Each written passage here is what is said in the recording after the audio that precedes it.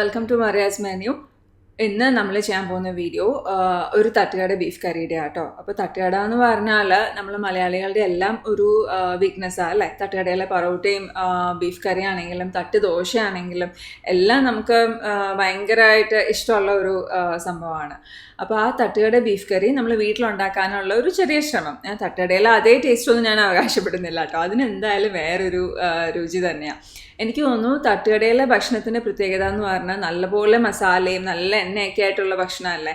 നമ്മൾ വീട്ടിലാണെങ്കിൽ ഭക്ഷണം ഉണ്ടാക്കുമ്പോഴത്തേക്കും എനിക്ക് തോന്നുന്നു മസാലയൊക്കെ ഇടുമ്പോൾ നമ്മളൊന്ന് പിടിച്ചിട്ടേ ഇടുകയുള്ളൂ അല്ലേ. ഇപ്പോൾ കുട്ടികളുണ്ടെങ്കിൽ എരിവ് കുറച്ചിട്ട്, പിന്നെ ചിലർക്ക് പ്രായമായിട്ടുള്ളവരുണ്ടെങ്കിൽ BP ആണെന്ന് വിചാരിച്ച് നമ്മൾ ഉപ്പ് കുറച്ചിട്ട്, പിന്നെ ചിലർക്ക് അധികം എന്താ പറയുക മസാല പറ്റില്ല, വയറിന് അപ്സെറ്റ് ആവും. അപ്പോൾ നമ്മൾ ഇതെല്ലാം മനസ്സിൽ ഓർത്തിട്ടാണ് കുക്ക് ചെയ്യുന്നത്. പിന്നെ എണ്ണയൊക്കെയാണെങ്കിൽ നമ്മൾ പിടിച്ചല്ലേ ആഡ് ചെയ്യുള്ളൂ. പക്ഷെ നമ്മളിപ്പോൾ പുറത്ത് പോയി ഭക്ഷണം കഴിക്കുമ്പോൾ അവിടെ രുചിക്കാണ് കൂടുതൽ പ്രാധാന്യം. നമ്മൾ വീട്ടിൽ കുറച്ചൊരു രുചിയും ആരോഗ്യം കൂടെ ഒക്കെ ഒന്ന് സൈഡ് ബൈ സൈഡ് പോകാനായിട്ട് ശ്രമിക്കും. പക്ഷെ നമ്മൾ ഹോട്ടലിൽ പോയി ഭക്ഷണം കഴിക്കുമ്പോൾ എന്തായാലും രുചിക്കല്ലേ കൂടുതൽ അവർ കംപ്ലീറ്റ് ഇമ്പോർട്ടൻസ് കൊടുക്കുകയുള്ളൂ. അപ്പോൾ എനിക്ക് തോന്നുന്നു ആ ഒരു വ്യത്യാസം എന്തായാലും പുറത്തെ ഭക്ഷണത്തിന് കാണും.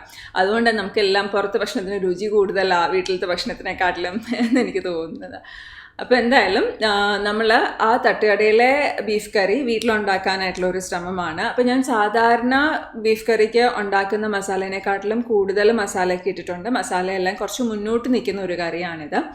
പിന്നെ ഇത് പൊറോട്ടയുടെ കൂട്ടത്തിലും ചപ്പാത്തിയുടെ കൂട്ടത്തിലും പത്തിരിയുടെ കൂട്ടത്തിലും എല്ലാം നന്നായിട്ട് പോകുന്നൊരു കറിയാണ്. പക്ഷേ എൻ്റെ ഫേവറേറ്റ് കോമ്പിനേഷൻ പുട്ടാട്ടോ.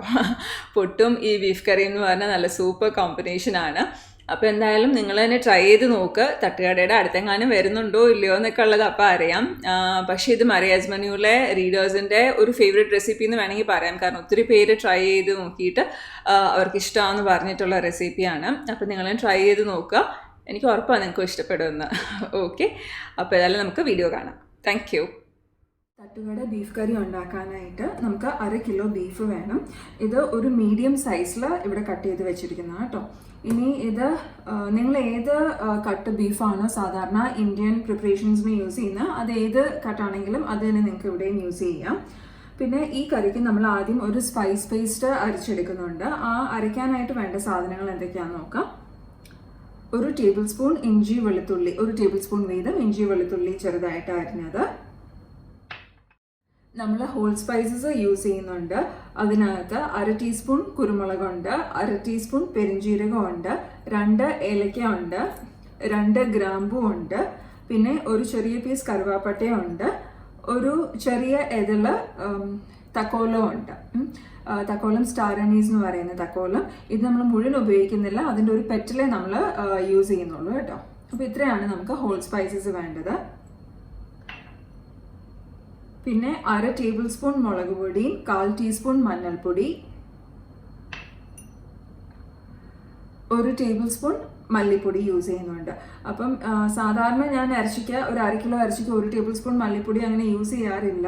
പക്ഷേ ഇവിടെ ഞാൻ നേരത്തെ പറഞ്ഞായിരുന്നു ഇതിനകത്ത് കുറച്ച് മസാല മുമ്പോട്ട് നിൽക്കുന്ന ഒരു കറിയാണ്. അപ്പോൾ അത് കാരണം നമ്മളിവിടെ 1 ടേബിൾ സ്പൂൺ എടുത്തിരിക്കുന്നത്. ഇനി നിങ്ങൾക്ക് അത് ഒട്ടും ടേസ്റ്റ് ഇഷ്ടമല്ലെങ്കിൽ നിങ്ങളുടെ കണക്കിനനുസരിച്ചിട്ട് നിങ്ങൾ ഉപയോഗിച്ചാൽ മതി. പിന്നെ ഒരു 1/2 ടേബിൾ സ്പൂൺ വിനാഗിരി. ഇത്രയാണ് നമ്മുടെ സ്പൈസ് പേസ്റ്റിന് മസാല അരയ്ക്കാൻ വേണ്ട സാധനങ്ങൾ. പിന്നെ കറി ഉണ്ടാക്കാനായിട്ട് നമുക്ക് 2 സവോള വേണം. 2 സവോള മീഡിയം ടു ബിഗ് സൈസ് സവോളയാണ്. അതിൽ നീളത്തിൽ നമ്മൾ അരിഞ്ഞ് വെച്ചിരിക്കുന്നത് ഇവിടെ. പിന്നെ 1 ടീസ്പൂൺ ഇഞ്ചി നീളത്തിൽ അരിഞ്ഞത്, 2 പച്ചമുളക്. അപ്പോൾ ഒരു കാര്യം ശ്രദ്ധിക്കണേ, നമ്മൾ ഇതിനകത്ത് ഓൾറെഡി 1/2 ടേബിൾ സ്പൂൺ മുളക് പൊടി ഉപയോഗിക്കുന്നുണ്ട്, 1/2 ടീസ്പൂൺ കുരുമുളക് ഉപയോഗിക്കുന്നുണ്ട്. അത് കൂടാതെയാണ് ഈ 2 പച്ചമുളക്. അപ്പോൾ കുറച്ച് എരിവ് കൂടുതലാണ് സാധാരണ ഞാൻ ഉണ്ടാക്കുന്നതിനെക്കാട്ടിലും. അപ്പോൾ നിങ്ങൾക്ക് എരിവ് തീരെ പറ്റില്ലെങ്കിൽ ഈ പച്ചമുളക് വേണമെങ്കിൽ അവോയ്ഡ് ചെയ്യാം, അല്ലെങ്കിൽ ഒരു പച്ചമുളക് ഉപയോഗിച്ചാൽ മതി. എരിവിനനുസരിച്ച് നിങ്ങളുടെ എരിവിനനുസരിച്ച് നോക്കിയിട്ട് ഉപയോഗിച്ചാൽ മതി. പിന്നെ കറിവേപ്പില വേണം, 1 കപ്പ് വെള്ളം വേണം, പിന്നെ എല്ലാത്തിലെയും പോലെ ഉപ്പും എണ്ണയും വേണം. അപ്പോൾ ഇത്രയും സാധനങ്ങൾ മതി നമുക്ക് തട്ടുകട ബീഫ് കറി ഉണ്ടാക്കാനായിട്ട്. നമുക്ക് ആദ്യം അപ്പോൾ സ്പൈസ് പേസ്റ്റിനുള്ള മസാല അരച്ചെടുക്കാം. ഇഞ്ചിയും വെളുത്തുള്ളിയും അരിഞ്ഞത് 1 ടേബിൾ സ്പൂൺ വീതം, നമ്മൾ എടുത്ത് വെച്ചിരുന്ന ഹോൾ സ്പൈസസ്,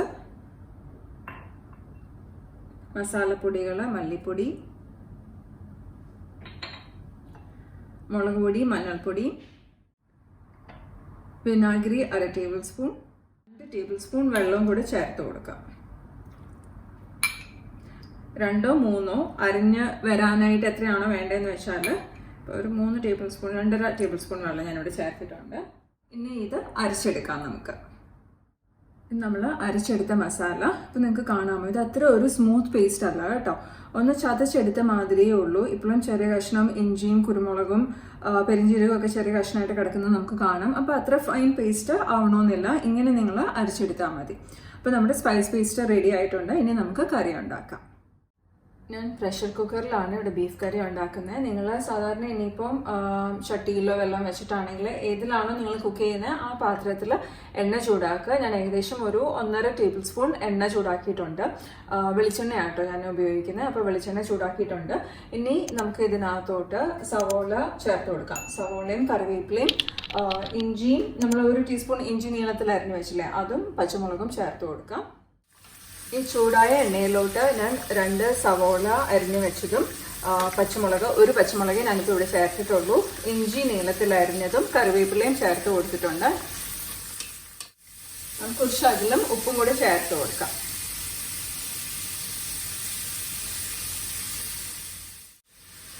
ഇനി ഈ സവോള നന്നായിട്ട് വഴന്ന് നല്ല ബ്രൗൺ കളർ ആവുന്ന വരെ നമ്മൾ കുക്ക് ചെയ്തെടുക്കണേ. സവോള നന്നായിട്ട് വഴന്ന് വന്നിട്ടുണ്ട്. ഇനി അതിൻ്റെ കളർ ഒന്ന് മാറി കുറച്ചും കൂടി ഡാർക്ക് ബ്രൗൺ കളർ ആവുന്ന വരെ ഒന്ന് കുക്ക് ചെയ്തെടുക്കാം. ഇനി പ്രഷർ കുക്കറിൽ നമ്മൾ സവോള വഴറ്റുമ്പോഴത്തേക്കും അത് ഇടയ്ക്കിടയ്ക്ക് അടിയിൽ പിടിക്കാനായിട്ട് ചാൻസ് ഉണ്ട്. അപ്പോൾ നമ്മൾ ശകലം വെള്ളം ഒഴിച്ചു കൊടുത്താൽ മതി. സവോള ഓൾമോസ്റ്റ് റെഡി ആയിട്ടുണ്ട്. നമ്മൾ പച്ചമുളകും സവോളയും ഇഞ്ചിയും പിന്നെ ഉപ്പും കറിവേപ്പിലയും എല്ലാം കൂടി ചേർത്ത് വഴറ്റിയതാണ്. ഇപ്പോൾ അത് ഓൾമോസ്റ്റ് റെഡി ആയിട്ടുണ്ട്. നല്ല ഡാർക്ക് കളർ ആയിട്ടുണ്ട്. സവോളയും നല്ല വഴന്ന് സോഫ്റ്റ് ആയിട്ടുണ്ട്. അപ്പോൾ ഇനി നമുക്ക് അരച്ചു വെച്ചിരിക്കുന്ന മസാല ചേർത്ത് കൊടുക്കാം.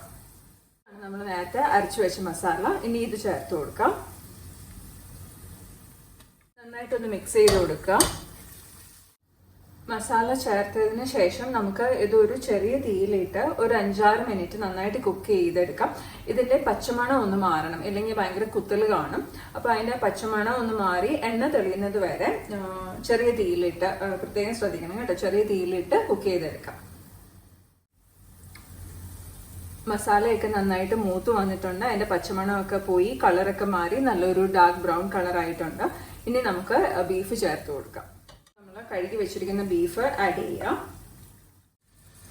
ബീഫ് ആഡ് ചെയ്തതിന് ശേഷം നന്നായിട്ട് ഒന്ന് മസാലയായിട്ട് മിക്സ് ചെയ്യണം. ഈ മസാലയെല്ലാം ബീഫിൽ പൊതിഞ്ഞിരിക്കുന്ന മാതിരി ഒന്ന് നമ്മൾ ഇളക്കി കൊടുക്കണം.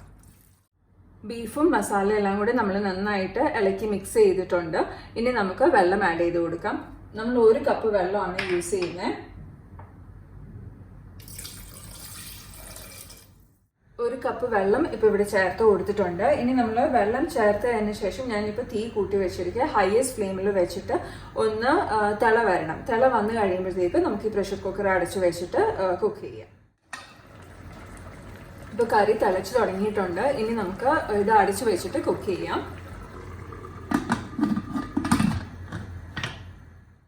ഞാൻ സാധാരണ ബീഫ് പ്രഷർ കുക്ക് ചെയ്യുമ്പോഴത്തേക്കും പാത്രം അടച്ചു വെച്ച് കഴിഞ്ഞിട്ട് ഫസ്റ്റ് വിസിൽ വരുന്ന വരെ ഇത് ഹയസ്റ്റ് ഫ്ലെയിമിൽ കുക്ക് ചെയ്യും.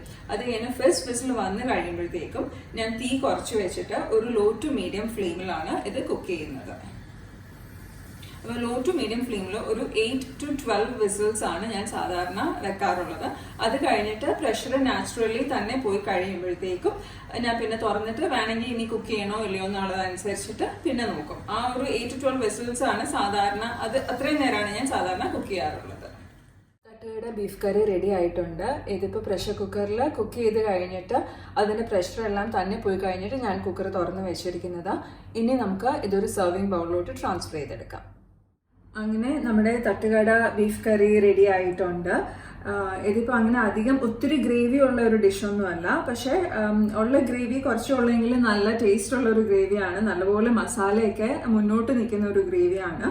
ഇതിപ്പോൾ പൊറോട്ടയുടെ കൂട്ടത്തിൽ ചപ്പാത്തിയുടെ കൂട്ടത്തിലൊക്കെ നന്നായിട്ട് പോകും. എൻ്റെ ഒരു ഫേവറേറ്റ് കോമ്പിനേഷൻ എന്ന് പറഞ്ഞാൽ പുട്ടും ഈ ബീഫ് കറിയാണ്. അപ്പോൾ നിങ്ങൾക്ക് ആ കോമ്പിനേഷൻ ഇഷ്ടമാണെങ്കിൽ, അല്ലെങ്കിൽ ഇതൊരു ട്രൈ ചെയ്തിട്ടില്ലെങ്കിൽ ഒന്ന് ട്രൈ ചെയ്ത് നോക്കുക എങ്ങനെയുണ്ട്, ഇഷ്ടപ്പെടുമോ എന്നുള്ളത്. പിന്നെ ഒരു കാര്യം ശ്രദ്ധിക്കണേ, ഈ കറിക്ക് ആക്ച്വലി കുറച്ച് കൊഴുപ്പുള്ള ബീഫ്, നെയ്യുള്ള ബീഫ് യൂസ് ചെയ്യുകയാണെങ്കിൽ നല്ലതായിരിക്കും. കുറച്ചും കൂടി ഒരു ഫ്ലേവർ കിട്ടും. അപ്പം പറ്റുകയാണെങ്കിൽ നെയ്യുള്ള ബീഫ് യൂസ് ചെയ്യാനായിട്ട് ശ്രമിക്കുക. പിന്നെ ഇത് നിങ്ങൾ ചോറിൻ്റെ കൂടെ കഴിക്കുകയാണെങ്കിൽ എനിക്ക് തോന്നുന്നു നെയ്ച്ചോറ് അല്ലെങ്കിൽ പീസ് പുലാവോ ജീര റൈസോ അങ്ങനെ എന്തെങ്കിലും, അതായത് അധികം എന്താ പറയുന്നത് വേറെ സാധനങ്ങളൊന്നും ഇല്ലാതെ കുറച്ച് പ്ലെയിൻ ആയിട്ടുള്ളൊരു റൈസിൻ്റെ കൂട്ടത്തിലായിരിക്കും ഇത് നല്ലത്. കാരണം ഈ കറിക്ക് ഓൾറെഡി ഒത്തിരി നല്ല ഫ്ലേവർ ഉണ്ട്. അപ്പോൾ റൈസും കൂടെ കുറച്ച് ഫ്ലേവർ ഉള്ളതാണെങ്കിൽ അതൊരു ക്ലാഷ് ആയി പോകും. അത് കാരണം ജീര റൈസ് അല്ലെങ്കിൽ പ്ലെയിൻ വൈറ്റ് റൈസിൻ്റെ കൂട്ടത്തിലാണെങ്കിലും കുഴപ്പമില്ല, നന്നായിട്ട് പോകും. അപ്പോൾ എന്തായാലും ട്രൈ ചെയ്ത് നോക്കാം. എന്നിട്ട് നിങ്ങളുടെ കമൻസും ഫീഡ്ബാക്കൊക്കെ ഷെയർ ചെയ്യാം. പിന്നെ നമ്മുടെ സബ്സ്ക്രൈബ് ബട്ടണും ബെല്ലൈക്കണും ക്ലിക്ക് ചെയ്യാൻ മറക്കണ്ട. അപ്പോൾ നിങ്ങൾക്ക് ഫ്യൂച്ചർ വീഡിയോസിൻ്റെ നോട്ടിഫിക്കേഷൻ കിട്ടും. Okay, thank you.